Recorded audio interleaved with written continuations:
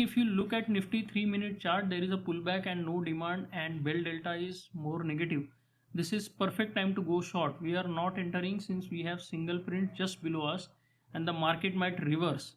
Is my understanding correct? Yeah, I'm not saying the market will reverse or might reverse, but what is the single prints? You see, you need to understand why we look at these references. These are single prints. Single prints are rejection zones. Rejection zone mean that when the market was going higher, sellers were not interested in selling here.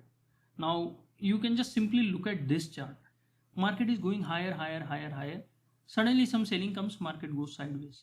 It again starts moving higher sharply. Now the selling comes in, and see, the sellers are not ready to sell any lower. This is their limit. They are not happy to sell any lower. Why? Because this is not an advantageous price for them. They're not happy to sell lower. Prices come lower, buyers obviously will wait for prices to be here, all right, because they'll always be happy to buy lower. But it stops going below this. The market goes back up again. See how beautifully this plays out. Market goes back up again comes down, and what you get? No supply. This zone, this is a zone where first, when the market was going higher, sellers were happy to sell here.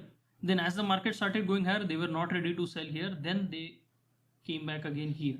I mean, obviously in strong numbers. And then they pushed the auction lower and they started selling.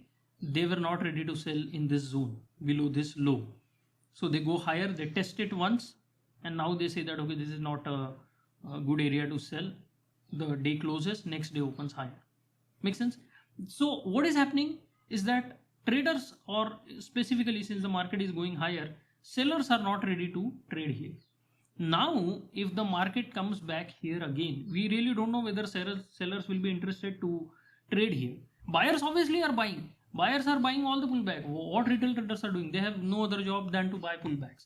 So they are buying. They will buy here also, and they will buy everywhere as soon as the market, as long as the market is going lower. But once the seller stops selling, once they say that, okay, this is as low as we are going to go today, we are not going to go even any lower than this. We don't accept these lower prices, we are not happy to trade here. Then what happens? As soon as the selling stops, market immediately reverses, starts going higher to find sellers. Make sense? So this is a rejection zone. Traders have rejected it to make any trades.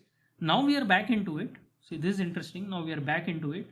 Now we need to see whether we are happy to trade here, happy to trade below this, or we get rejected back up.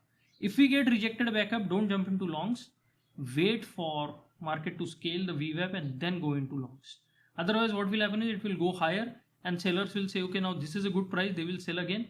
And this time you will also find sellers here, and then the market will go much lower. I mean, obviously to the next reference, that is the VWAP. So if this rejection holds and market goes above VWAP, you can get a small pullback and you can look for at least days high or even higher prices. So that is how I like to trade.